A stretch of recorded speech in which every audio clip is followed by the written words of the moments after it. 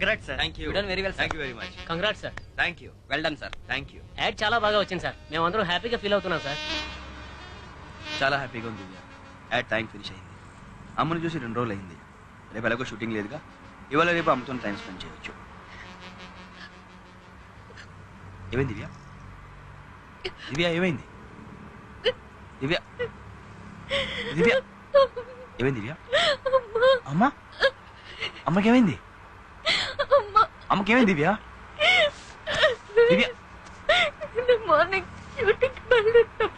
అమ్మా tiffin hot box లో పెట్టాను, కాఫీ ఫ్లాస్క్ లో పోసాను. ఈ రోజు Srinu first day ad shoot చేయబోతున్నాడు. అమ్మా అమ్మా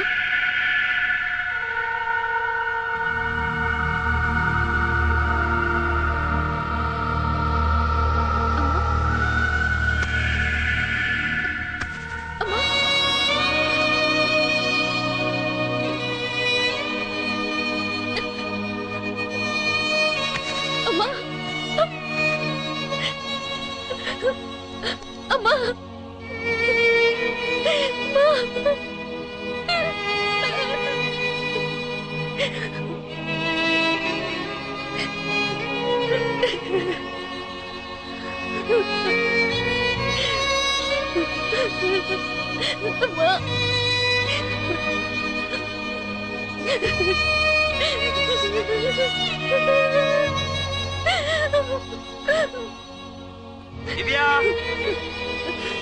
దివ్య టైం అవుతుంది.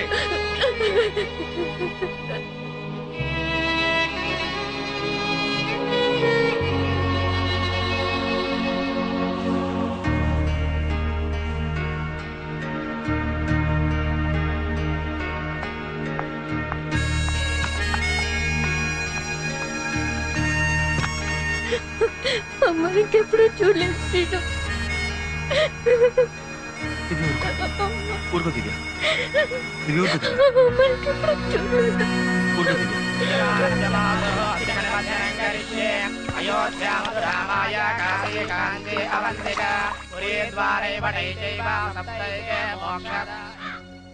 ఆడపిల్లవైనా రాత్రికి రాత్రి తల్లికి చేయించవలసిన కర్మకాండాలన్నీ సాంప్రదాయబద్ధంగా చేయించావమ్మా. ఏ లోకంలో ఉన్నా మీ అమ్మగారి ఆత్మ తప్పకుండా శాంతిస్తుంది. బయలుదేరతానమ్మా. వెళ్ళొస్తాం. వెళ్దామా శ్రీను? తప్పు చేసావు దివ్య. అమ్మ చనిపోయిన విషయం 2 రోజులు దాచి చాలా పెద్ద తప్పు చేసావు. ఇంత జరిగిన షూటింగ్ లో హ్యాపీగా తిరిగావే. అసలు నీకు ఎంత ధైర్యం ఎక్కడి నుంచి వచ్చింది దివ్య? కనీసం నాకు కూడా చెప్పుకొని ఎందుకు దాచావురా? ఎందుకులా దాచావు? నువ్వు జీవితంలో గెలవాలని. చనిపోయిన అమ్మాయి ఎలాగో తిరిగి రాదు. ఆ విషయం నీకు చెప్పి షూటింగ్ ఆపి నీ భవిష్యత్తు నాశనం చేయడం నాకు ఇష్టం లేదు. అందుకే చెప్పలేదు.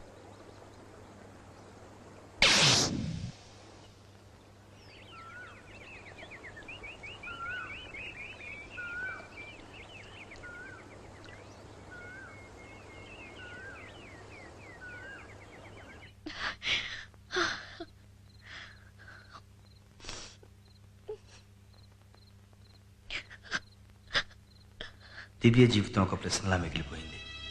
నా అని చెప్పుకోవడానికి బంధువులు కూడా ఎవరూ లేరు. ఒంటరిగా ఈ ప్రపంచంలో తను ఎలా బ్రతుకుతుందా అని బాధపడ్డాను. మేము చీకట్లో ఉన్నప్పుడు మా జీవితంలో వెలుగు నింపిన దివ్య జీవితం చీకటిగా మిగిలిపోకూడదు అనుకున్నాం. నేను నా ఫ్రెండ్స్ కలిసి తనకి నీడనివ్వాలనుకున్నాం. కానీ దివ్య తీసుకున్న నిర్ణయం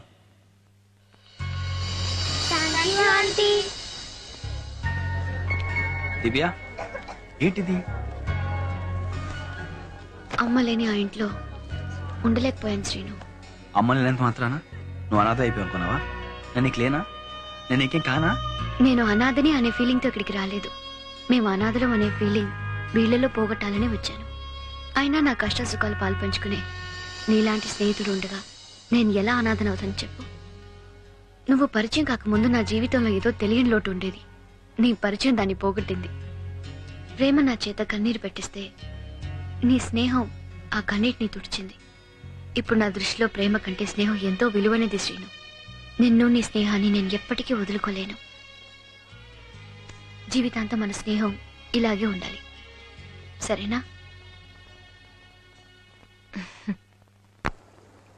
నువ్వు చెప్పిందంతా విన్న తర్వాత ఆ దివ్యను ఒక్కసారి చూడాలని ఉందరా. పెళ్ళికి వస్తావు కదా, అప్పుడు పరిచయం చేస్తాను. పద, లద్ది ఇంటికి వెళ్దాం. వద్దురా, తను నిన్ను మర్చిపోయి హ్యాపీగా ఉంటుంది. ఇప్పుడు నిన్ను చూస్తే గతం గుర్తొచ్చి అనవసరంగా బాధపడుతుంది. రేయ్, నేను లతికని ఆఖరిసారి చూసినప్పుడు తన కళ్ళల్లో తిరిగిన నీళ్లు నాకు ఇంకా గుర్తున్నాయి. తను నాకు దూరం అయిన తర్వాత తలుచుకున్నప్పుడల్లా తన కన్నీటి ముఖం గుర్తొచ్చేది. ఇప్పుడు సంతోషంగా ఉన్న తనని చూస్తే పాత బాధలన్నీ మర్చిపోవచ్చు. నేను కొత్త జీవితం మొదలు పెట్టచ్చు. అది కాదురా. ఇంకేం చెప్పొద్దురా, నువ్వు వచ్చినా రాపోయినా వెళ్తున్నాను అంతే.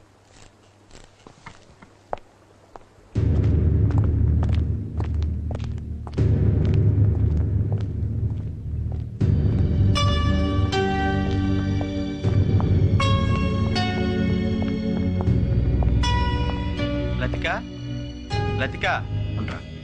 మాధవన్, మాధవన్. ఆరా లతికే కారణం. వరు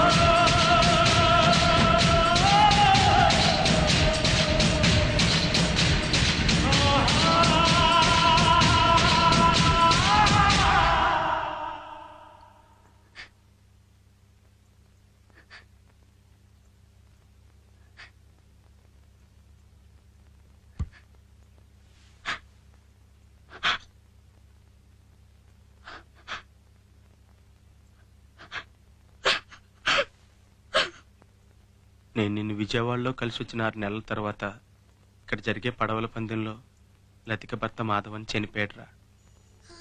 కూతురు జీవితం తనే నాశనం చేశానన్న బెంగతో లతిక తండ్రి కూడా కొద్ది రోజుల్లోనే చనిపోయాడురా.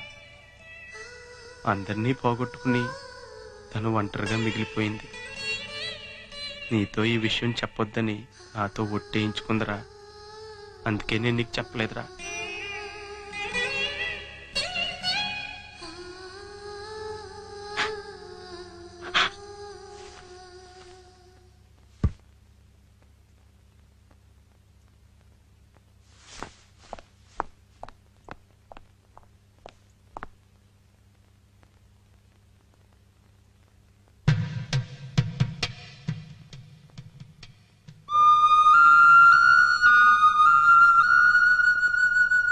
నమ్మలేకపోతున్నాను. లతికిని ఇలా చూడాల్సి వస్తుందని ఎప్పుడు అనుకోలేదురా, ఎప్పుడు అనుకోలేదు. ఊరుకోరా.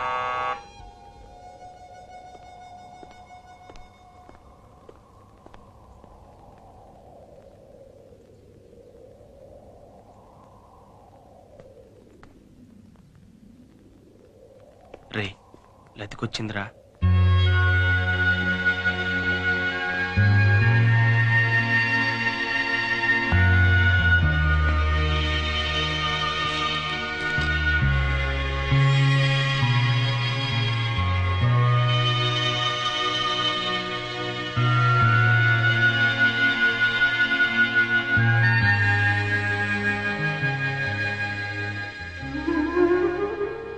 സീനു, ഇത്ര നാളുകൾക്ക് ശേഷം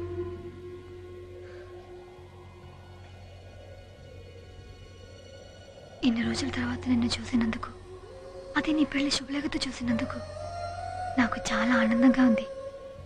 నేను నిన్ను మళ్ళీ చూస్తాను అనుకోలేదు సీను. నేను కూడా నేను అలా చూస్తాను అనుకోలేదు. ఇంత జరిగిన కనీసం నాకు ఫోన్ కూడా చేయాలనిపించలేదా? అసలు నేను ఇంత బాధ ఎలా భరిస్తున్నావు లతిక? బాధల్ని భరించడం అలవాటైపోయింది సీను. 2 ఏళ్ళు ప్రతి క్షణాన్ని కన్నీటి పొట్లతో లెక్క పెట్టాను. ఇప్పటికే ఏడవడానికి కూడా ఓపిక లేదు. నిజం చెప్పాలంటే ఏడవడానికి నా దగ్గర ఇంకా కన్నీళ్ళే లేవు. నా సంగతి వదిలే, నువ్వు సంతోషంగా ఉన్నావుగా, నాకది చాలు. కానీ ఇలాంటి పరిస్థితులు వదిలేసి నేను సంతోషంగా ఉండలేను. అరే ఎలా ఉండగలుగుతాను? ఇవికేం మాట్లాడుతా సీను. నీకోసం ముక్కుపొడిగా కుట్టించుకున్న రోజు ఎంత రక్తం వచ్చిందో నీకు తెలుసుగా. కానీ అది తీసే రోజు ఏడుపు కూడా రాలేదు. రేపు నువ్వు అంతే. ఇక్కడి నుంచి వెళ్లే వరకే ఈ బాధ. ఆ తర్వాత నీ జీవితం, నీ ఉద్యోగం, నీ పనులు తప్ప ఇవేవి గుర్తుండవు. నీకిప్పుడు నా మీద ఉన్నది ప్రేమ కాదు సీను, జాలి. నాకు కావాల్సింది నీ జాలి కాదు, నీ సంతోషం. నాకు మంచి జీవితాన్ని ఇవ్వమని దేవుణ్ణి కోరుకున్నాను. ఆయన నా మాట వినలేదు. ఇష్టం లేని పెళ్లి చేయవద్దు నానా అని బతిమాలాను. ఆయన నా మాట వినలేదు. నువ్వైనా నా మాట విని సీను.